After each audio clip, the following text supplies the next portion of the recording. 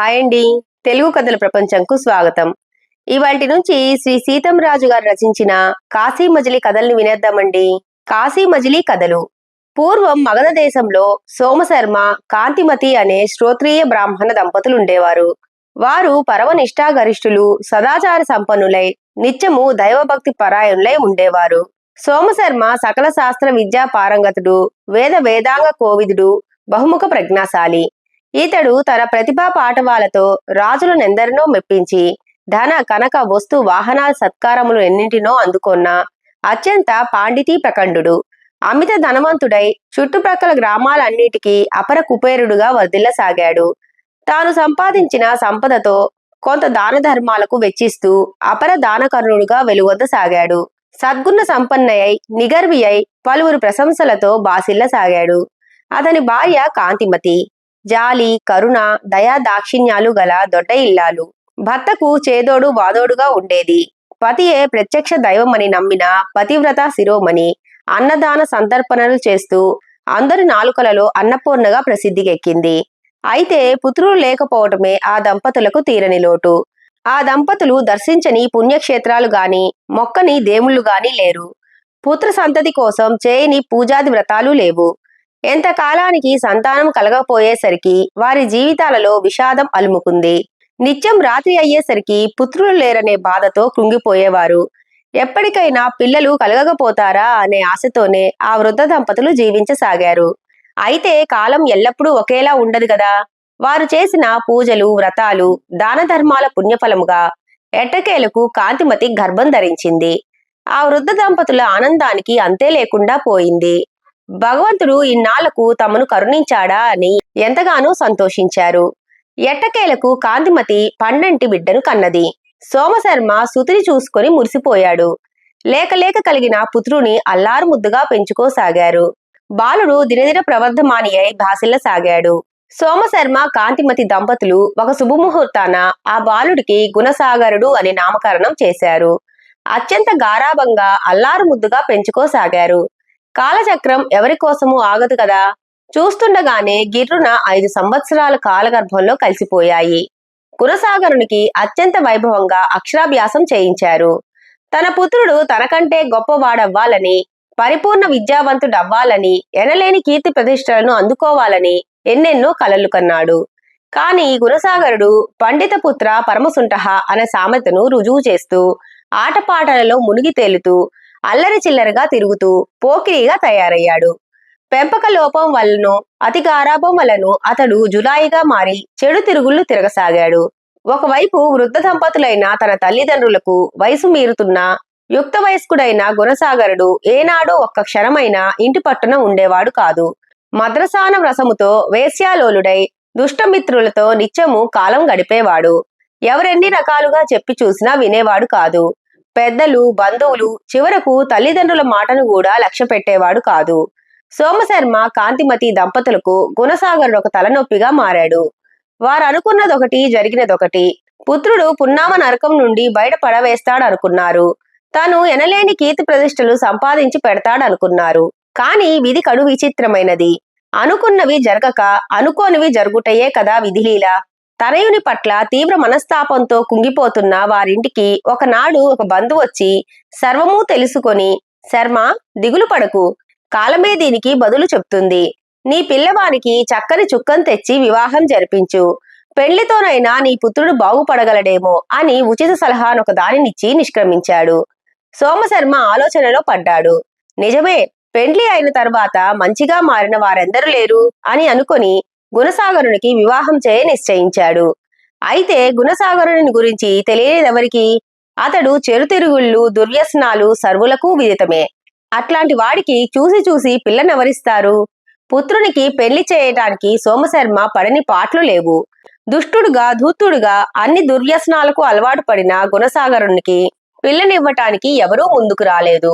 ఇంకా లాభం లేదనుకున్న సోమశర్మ ఎక్కడో సుదూర ప్రాంతం నుండి ఒక కన్యను తెచ్చి గుణసాగరునితో వివాహం జరిపించాడు. గుణసాగరుని గుణగణాలు తెలియని ఆ కన్యకు త్వరలోనే అంతా తెలిసింది. కాని ఏం చేయగలదు? తన మంచితనంతో భర్తను మార్చాలని, మంచివాడిగా చేయాలని సర్వ విధాలా ప్రయత్నించింది. కాని ఆమె ప్రయత్నమంతా ఎందుకు పనికి రాకుండా పోయింది. ఇంక చేసేదేమీ లేక కాలాన్నే నమ్ముకుని అత్తవారింట మెలగసాగింది. వివాహమైనా సరే గుణసాగరుడు తన దుర్వ్యసనాలను మానుకోలేదు. చక్కని చుక్కలాంటి భార్య ఇంట్లో ఉన్నా సరే వ్యభిచారి అయి, త్రాగుబోతు అయి, చెడు తిరుగులు తిరుగుతూ జులాయిగా పోకిరీగా తయారై కన్న తల్లిదండ్రులను, కట్టుకున్న భార్యను అది తెమ్మని ఇది తెమ్మని హింసించసాగాడు. కూర్చొని తింటే కొండలైనా తరుగుతాయన్నట్లు క్రమేపీ ధనధాన్య సంపదలన్నీ అంతరించిపోసాగాయి. ఇంట్లో ఉన్న నగలు, నాణేలు, విలువైన కనకాభరణాలు సర్వము వారకాంతల పాలయ్యాయి.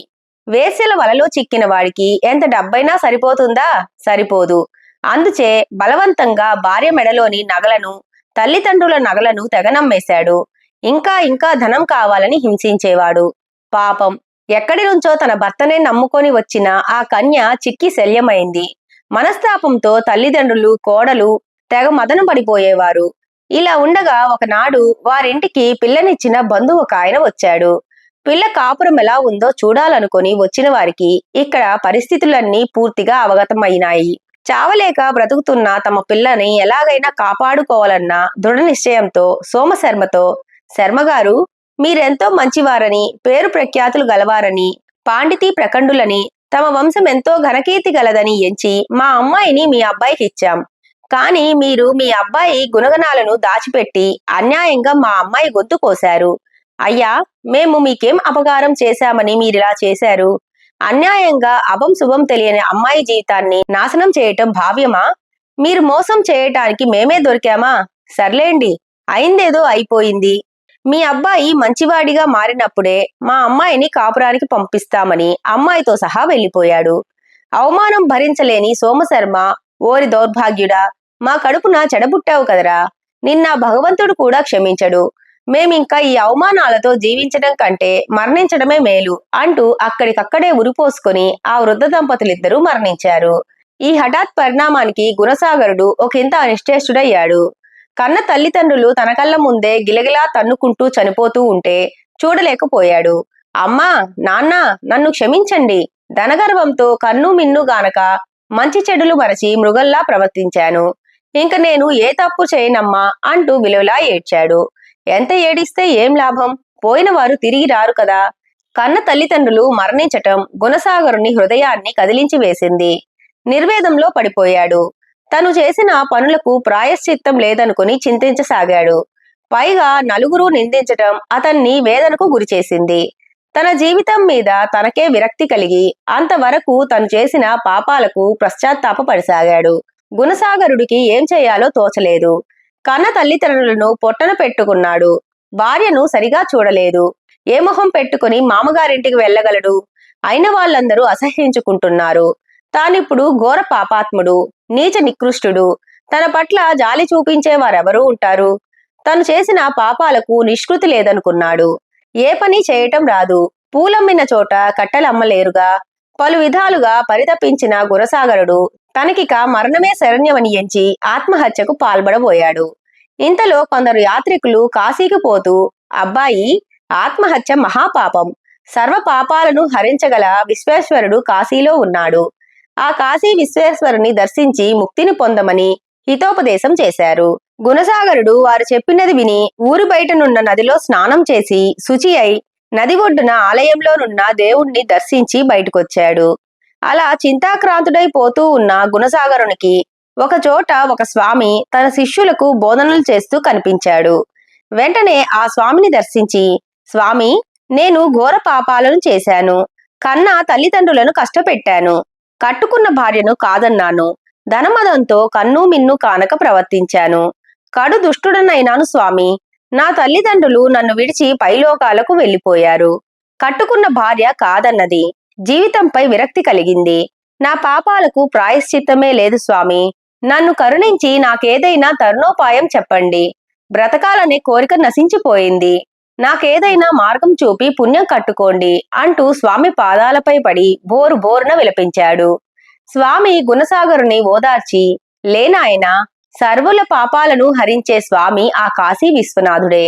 మాతో పాటు నీవు కూడా వచ్చి కాశీ విశ్వేశ్వరుని దర్శించుకో, సర్వ పాప నివృత్తి చేసుకో అంటూ గుణసాగరుని తన వెంట పెట్టుకొని కాశీకి ప్రయాణమైపోయాడు. విశాలాక్షి వింతమూడు. స్వామి తన శిష్యులతో పాటు గుణసాగరుణ్ణి కూడా తన వెంట పెట్టుకొని కాశీయాత్రకు బయలుదేరాడు.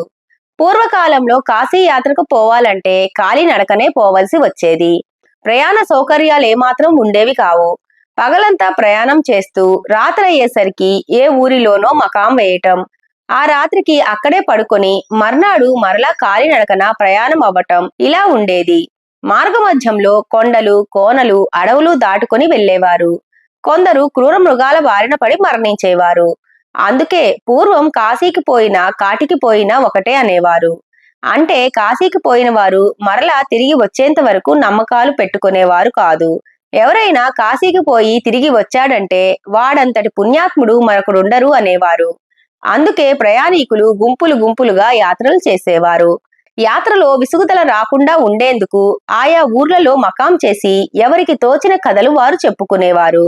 కల్పితాలు, వాస్తవాలతో ఆ కథలుండేవి. వారు మకాం చేసి విశ్రాంతి తీసుకున్న ప్రాంతాన్ని మజిలీ అనేవారు. అలా మన స్వామివారు తన శిష్యులతో పాటు గుణసాగరుణ్ణి కూడా వెంటబెట్టుకొని మొదటగా మజిలీ చేసి విశ్రాంతి తీసుకొని చెప్పిన కథే ఈ విశాలాక్షి వింతమొగుడు కథ. విశాలాక్షి ఒక దేశపు రాజకుమార్తె. అపురూప సౌందర్యవతి. విశాలమైన కన్నులతో ఆకర్షణీయమైన రూపంతో విరాజిల్లుతూ ఉండేది. అందచందాలలో ఆమె కామయే సాటి. ఆమె అందాల రాశియే కాదు, విద్యావంతురాలు కూడా.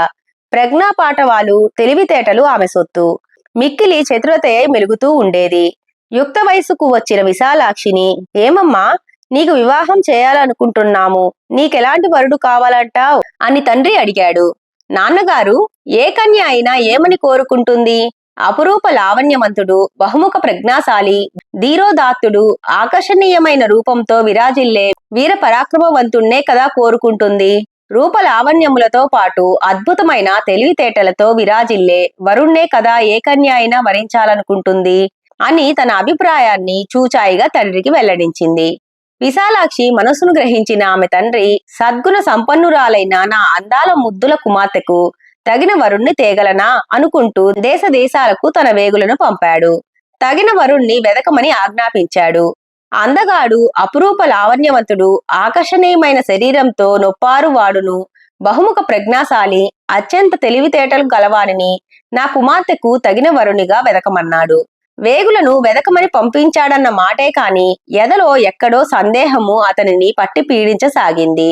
తగిన వరుణ్ణి తీసుకొని వచ్చి పెళ్లి చేసి కన్న కూతురి కోరికను సవ్యంగా తీర్చగలనా అని మదనపడసాగాడు. ఇంతలో విశాలాక్షి ఒకనాడు ఊరు బయటనున్న ఆలయంలోని దేవుని పూజించి వద్దామనుకుని తన చెలికత్తెలతో బయలుదేరింది. పూజ ముగించుకొని బయటకు వస్తూ ఆలయంలో పండిత గోష్ఠి జరగటం చూసింది. పండితులక్కడ శాస్త్రాలపై వాదోపవాదాలు చేసుకుంటున్నారు. కొందరు విద్వాంసులు తమ పాండిత్యంతో ఆలయ విశిష్టతను గురించి వివరిస్తున్నారు. విశాలాక్షికి వారి వాదనలు వినపడసాగాయి. అంతే, ఒక్క ఉదుటున సమీపానికి వెళ్లి వీక్షించసాగింది. శ్రద్ధగా వింటున్న విశాలాక్షికి ఆ పండితుల మధ్యలో నవయవ్వన సుందరాంగుడైన యువకుడు కనిపించాడు. అతని ముగ్ధ మనోహర రూపాన్ని చూడగానే విశాలాక్షి చలించిపోయింది. ఆకర్షణీయమైన అతని కళ్ళు విశాలాక్షి మనసును గిలిగింతలు పెట్టసాగాయి. ఆనంద పారవస్యంతో మైమరచి తదేకంగా అతనిని చూస్తూ ఉండిపోయింది. చంద్రబింబము వలె ప్రకాశిస్తున్న అతని మొహమును చూడగానే విశాలాక్షి ఒకంత మన్మధావనకు లోనైంది. సుందర గంభీర వదనంతో వెలిగిపోతున్న అతనిని చూసిన విశాలాక్షి ఎలాగైనా ఇతనినే వివాహం చేసుకుని మన్మథ సుఖాలను పొందాలనుకుంది. చెలి, నీవు వెళ్లి ఆ సుందరాంగుని వివరాలు తెలుసుకుని రమ్మని ఆజ్ఞాపించి కోవెలలోనికి మరలిపోయి, కేదారేశ్వర, ఎలాగైనా ఆ యువకుడు నా భర్త అయ్యేటట్లుగా అనుగ్రహించు స్వామి అని కోరుకొని బయటకు వచ్చేంతలో అప్పటికే యువకుని వివరాలతో చెలికత్తె సిద్ధంగా ఉంది. అమ్మా, నేనతని వద్దకు పోయి పక్కనే నిలబడ్డానా, అయినా అతనెంతసేపటికి నాపై కన్నెత్తి చూడలేదమ్మా. మాటల మధ్యలో కల్పించుకొని, పండితోత్తమ, తమ నివాసమెక్కడా అని అడిగాను. అబ్బే, బొదులివ్వలేదు సరిగదా, నాకేం తెలియదన్నాడు. పండితులకు ఒక ఊరేమిటి? ఎక్కడ తమ పాండిత్యానికి రాణింపు కలుగుతుందో అక్కడికే కదా వెళుతుంటారు. వారనవసరంగా మాట్లాడారు కదా అనుకుంటూ సరిపెట్టుకుంది విశాలాక్షి. అయితే అతన్ని అందరూ శాస్త్రి అని పిలుస్తుంటారని తెలుసుకుంది. ముక్తసరిగా మాట్లాడే రకం అని కూడా గ్రహించింది. పండితులు పండితులతోనే కదా మాట్లాడతారు అనుకొని అంతఃపురానికి పోయి ఆ సుందరాంగుని మనస్సులో ముద్రించుకొని లోలోన మురిసిపోసాగింది. అతని జాతలోనే ఉండటం వలన చెలికత్తెలను పరిచారికలను అందరినీ విసుక్కోసాగింది. తన కుమార్తె విశాలాక్షి మునుపెన్నడూ లేనంత పరధ్యానంలో ఉండటం, చీటికి మాటికి చికాకు పడటం ఇదంతా గ్రహించిన రాజు చెలికత్తెల ద్వారా విషయాన్ని తెలుసుకున్నాడు. తన కూతురు ఎవరినో వలచిందని, అతన్నే మనసులో తలుచుకుంటోందని ఊహించాడు. వెతకపోయిన తీగ కాళ్లకు తగిలిందన్నట్లు తమ కుమార్తెకు ఎలాంటి వరుడిని వెతికి తేవాలా అని చింతిస్తున్న రాజుకు తన పని సులువైందని సంతోషించాడు. విశాలాక్షితో, అమ్మా, నీ మనసును తోచిన ఆ సుందరాంగుడెవరో నాకు చెప్పవు అని అడిగాడు. నాన్న, నేను కోరుకున్న యువకుడిని మీకు చూపించక మరెవరికి చూపిస్తాను అంటూ తండ్రితో సహా ఆలయానికి వెళ్లి పండిత గోష్ఠి మధ్యలోనున్న యువకుని చూపించింది.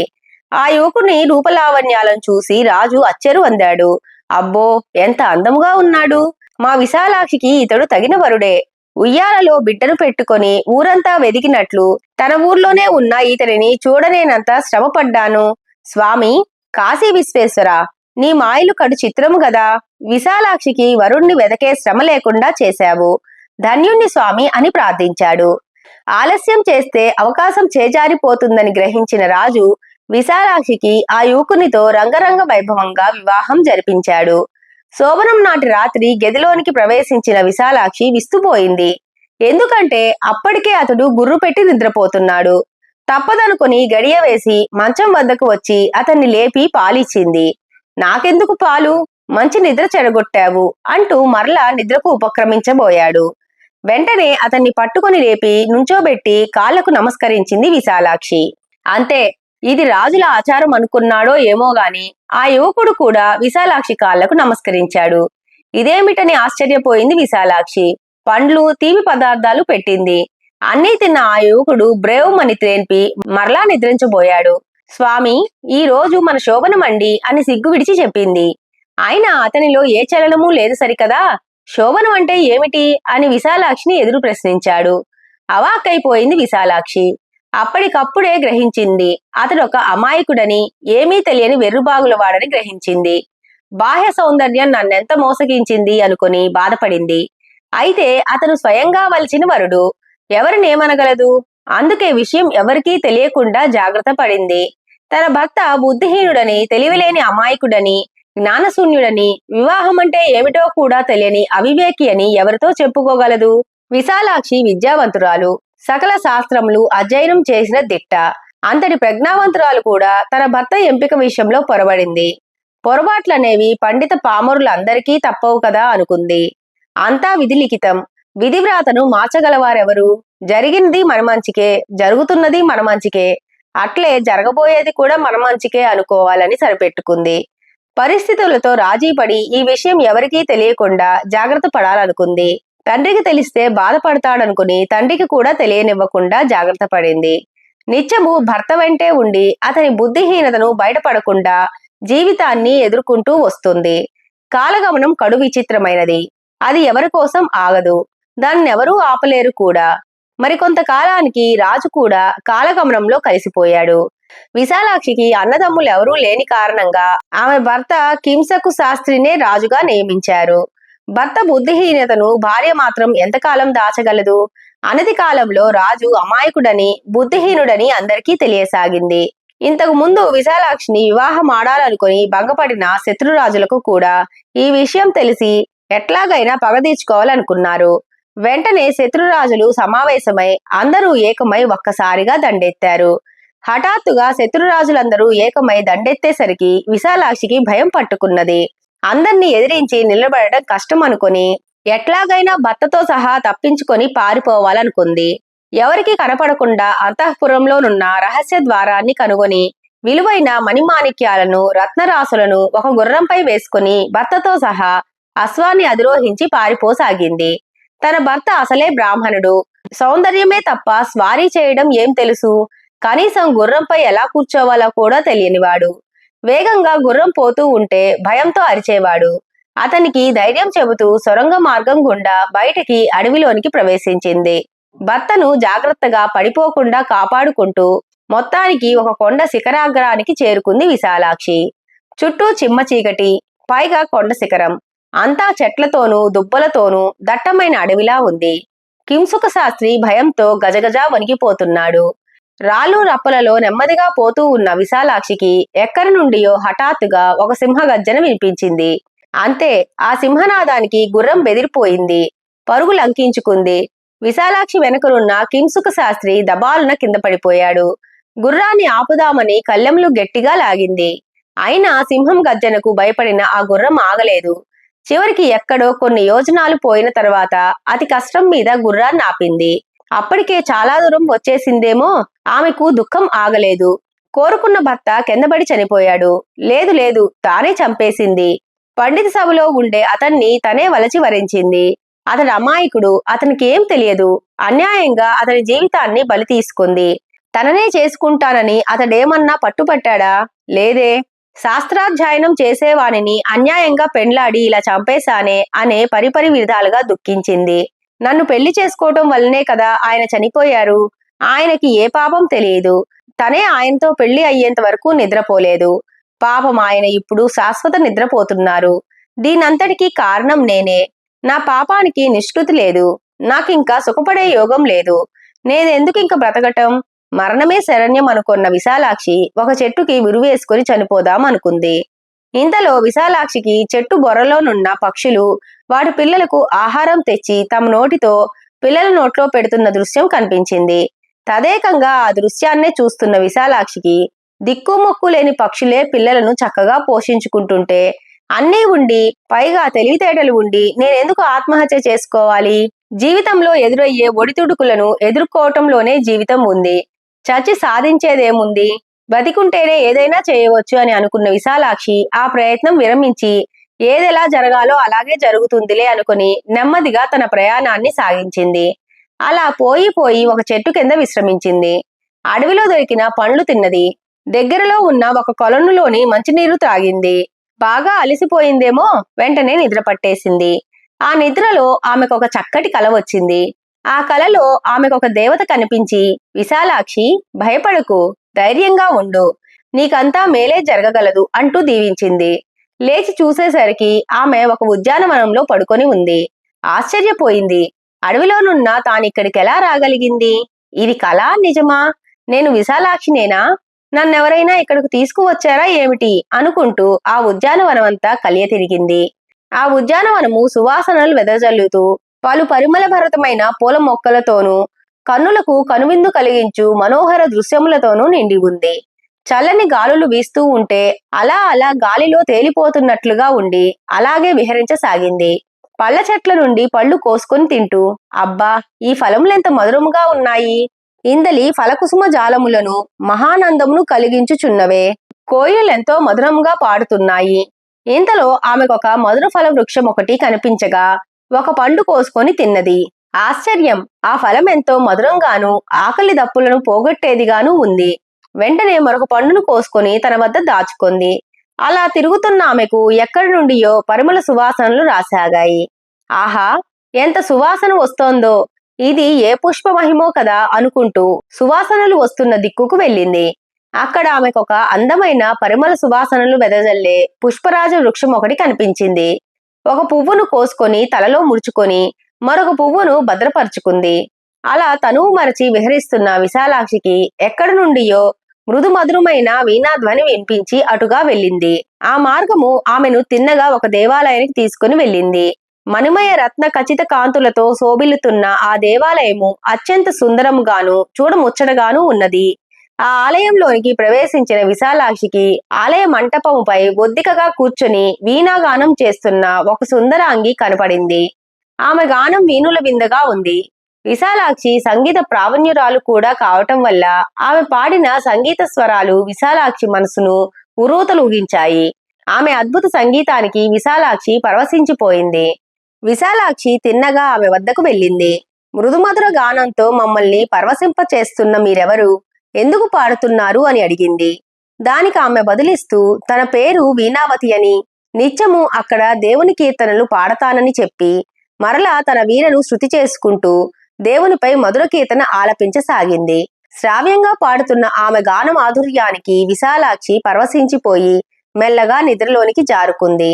ఇంక తరువాత విశాలాక్షి ఎటువంటి అనుభూతుల్ని ఎదుర్కొంటుందో రేపటి భాగంలో వినేద్దామండి.